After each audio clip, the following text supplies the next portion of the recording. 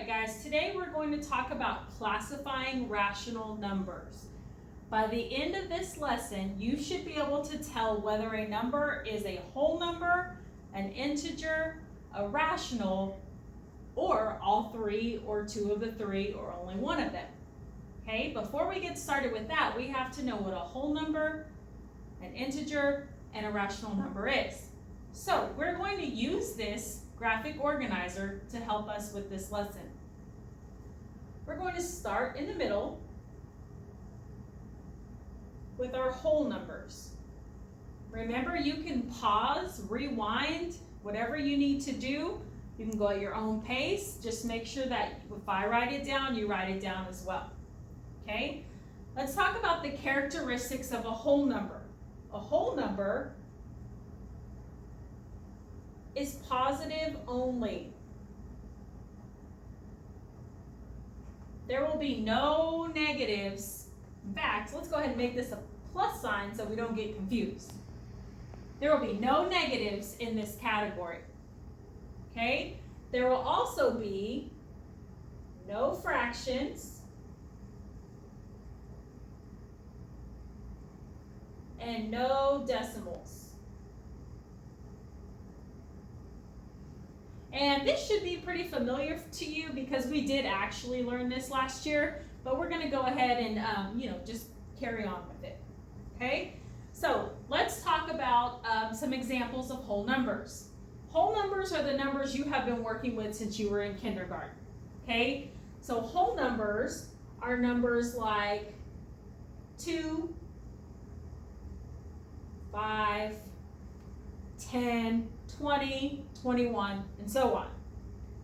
Now sometimes they try to trick you. Sometimes they'll give you a number like this, 111.0. It looks like a decimal because it has a decimal and then a number, but the number behind it is a 0, which really doesn't have any value. So although it has a decimal and a number behind it, if I took that away, it does not change the value. This is 111, and this is 111. So if it has a decimal 0, it still falls in the whole numbers. Another way that they might try to trick you is with something like this. It looks like a fraction because it's a number stacked on top of another number. But if you remember our lesson from earlier this week, whenever we learned how to change a fraction to a decimal, we do top divided by bottom. If we did top divided by bottom here, we did 8 divided by 4 in our calculator, because remember our lesson said fractions must always be changed to decimals. So if I did 8 divided by 4, I'm actually getting 2. And as we've already seen, 2 is a whole number.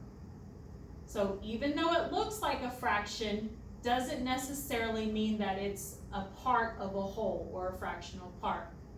So whenever you see a decimal or a fraction, you're going to change it to a decimal and determine, is it really a whole number or is it actually part of a whole number? Okay? All right. Let's move on to our next set of numbers. We're going to talk about integers. Integers. Okay? Integers can be negative.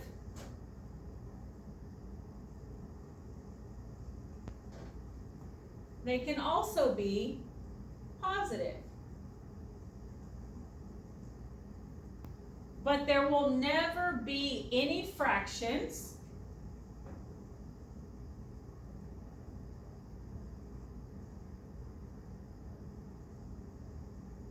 And there will never be any decimals.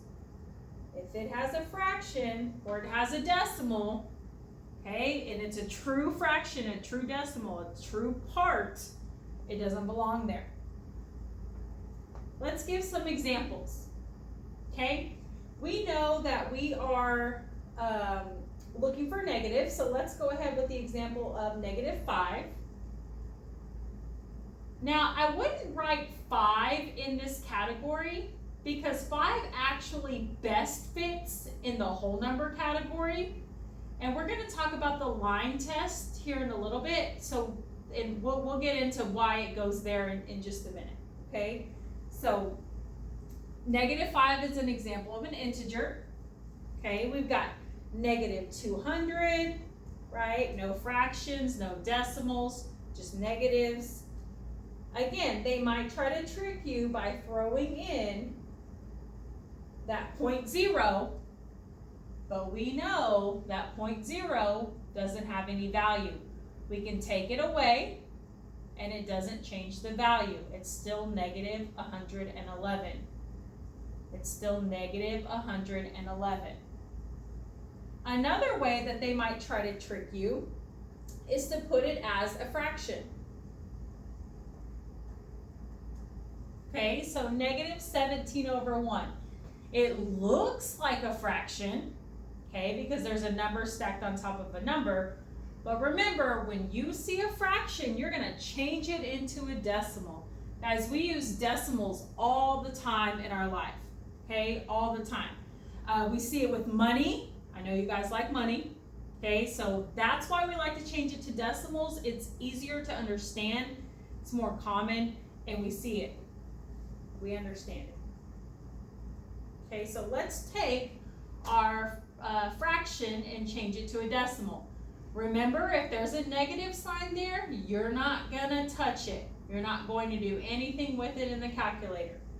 You're going to take that top number, which is 17, then push the division sign, and then the bottom number. Okay? So when I divide 17 divided by 1, I actually get 17. And remember, it would be negative because we have to bring down our negative sign.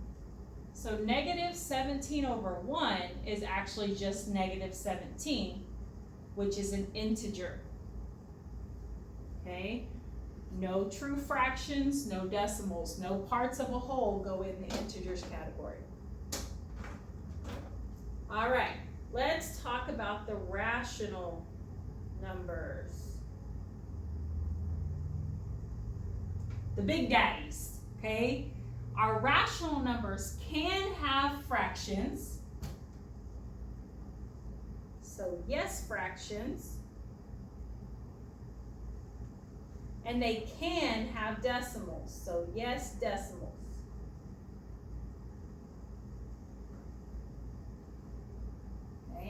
They can be positive and they can be negative.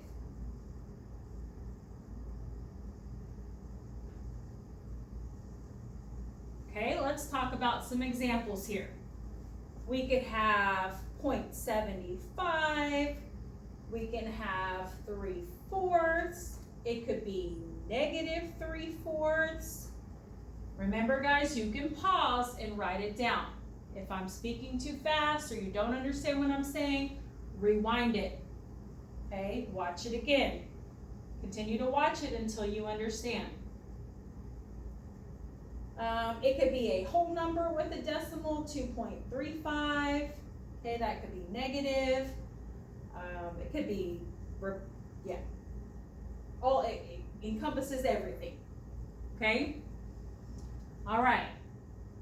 Now, sometimes you will be asked to tell us which category it best fits into. And sometimes you will be asked to tell us all the categories it fits into. Okay? So let's start with the example. Let me get a different color that we haven't used. Purple. All right, let's start with the number -3. Okay, I wrote it up here in the corner. This is going to be our example. You're given the number -3, and I want to know what is the category that it best fits into. So let's start in the middle with whole numbers. It says positive only. Well, this isn't positive. This is a negative number, so it doesn't fit in here. I cannot write it in here. It does not belong. So I keep moving. Integers. It says it can be negative, and that's negative, so we're good on there. It says no fractions, no decimals. This doesn't have a fraction. This doesn't have a decimal, so it fits the integer category. Okay, so I'm going to write -3. So if I ask you what category does it best fit into, you would say integers. Now on the STAR test, your GCPs, assignments in class, you're also going to be asked which sets does it belong to. Okay, so when it asks you that, you're going to first find where it best fits, which is in our integer category. Then you're going to do the line test. You're just going to draw a line straight out from the number. Okay, my line is within the integer circle, so this number is an integer.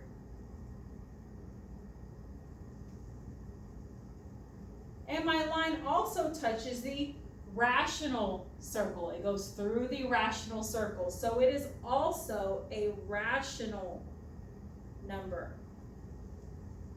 You're going to do an activity when you're done with this that'll hopefully help you see how it fits into multiple categories, okay? Hopefully that'll help clear it up. But at any time, if you just write it in its best fit category and then do the line test, you'll know all the sets that it belongs to, okay? Let's do another example. Let's do it over here. Let's do 4/5. Okay, oh, I wrote on some tape, so let me rewrite that. Okay, 4/5. It's a fraction, so I know when I see a fraction, I'm going to go to my calculator and I'm going to change it to a decimal. Okay, so I'm going to take the top number 4 and divide it by the bottom number 5. Okay, so it's 0.8. 0.8. So now that we have it as a decimal, we can ask ourselves, is it a whole number? Well, it says positive only. This is positive, so far so good.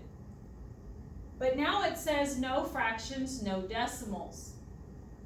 Okay, well, we changed the fraction into a decimal and we got a true decimal. Remember over here, we got a whole number. When we divided, we got a whole number. But up here, we actually got a decimal. Okay, so this is part of a whole. That means I don't have the whole thing, I only have part of it. It is a true decimal, it's a true part. Okay, so it's not going to fit here because it has a decimal, a true decimal. So let's move to integers. Okay, well, they accept positive numbers, that's positive, but again, no fractions, no decimals, so it doesn't belong there. So let's go to our rational category. Okay, it says yes to fractions and yes to decimals. That's what we have here, so that's going to fit in this category. Now, if I want to know all of the sets that it belongs to, I'm going to do the line test. When doing my line test, the only category that it touches, the only circle it touches is rational. It does not touch the integer, it does not touch the whole. Therefore, this number only fits in the rational category. Okay, I know we're kind of squeezing it in tight there. Don't have a lot of room. All right, let's talk about this number 5 right here. We already know it belongs in the whole numbers because it doesn't have any fractions, no decimals, and it's positive, so it's going to go right in here. So let's do the line test. It best fits in the whole number category, but it actually is all 3 because my line passes through the whole numbers, it passes through the integers, and it passes through the rational numbers. So if I was classifying 5, I would say that it is a whole an integer, and a rational number.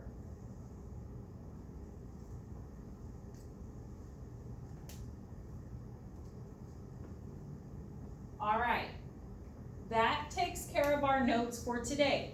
You're going to go on and do a card sort activity. As you're going through, make sure you're changing your fractions to decimals to make sure they don't have any kind of hidden whole numbers in there to try to trick you, because they will do that. Okay? If you have any questions, just raise your hand and we'll come by and we'll help you with the activity.